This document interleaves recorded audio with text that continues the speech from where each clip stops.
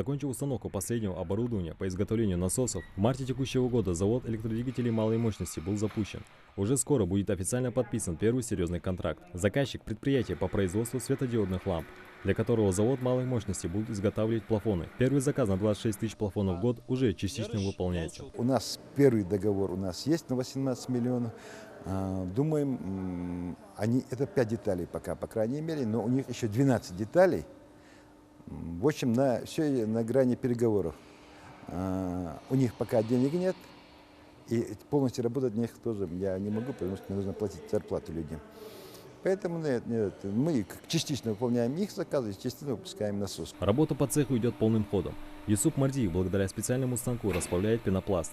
Для каждого продукта предусмотрена своя консистенция. Специалист показывает, как создаются плафоны, благодаря которым в скором времени будут освещаться подъезды, улицы и дома. Смысл работы аппарата в данный момент я могу показать.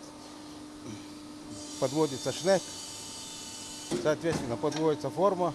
После зажатия формы происходит литье пластмассы. Данную работу сейчас выполняем. Для улучшения производительности завода закуплено специальное оборудование. Автомат продольного точения корейского производства облегчает работу. Оборудование достаточно настроить на нужную программу, и оно автоматически будет изготавливать детали. Его стоимость почти 8 миллионов рублей. Первый рабочий день токаря Алисхана Мурзабекова проходит на заводе насыщенно. За короткий период он должен научиться работать с совершенно новым для него аппаратом. Вот сейчас в отпуске в данный момент пришел сюда и дал Эндели.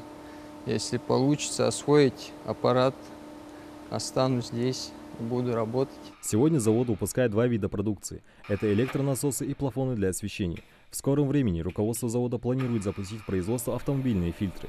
Пока идеи находятся на стадии изучения рынка потребителей. Мы сейчас изучаем рынок, какие фильтры более уходят и более.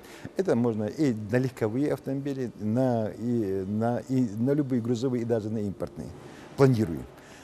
За счет этого получится, если дело в том, что для того, чтобы завод хорошо функционировал, нужно широкий ассортимент. Главными поставщиками подобной продукции в России до сих пор являлись китайские производители. Но теперь продукция республиканского производства уверенно возвращается на рынок. Соединение стаканчика с корпусом является последним этапом сборки насоса «Ручеек». Перед заключительной проверкой на испытательном стенде Саид Куштов, Магомед Урусханов, Новости 24.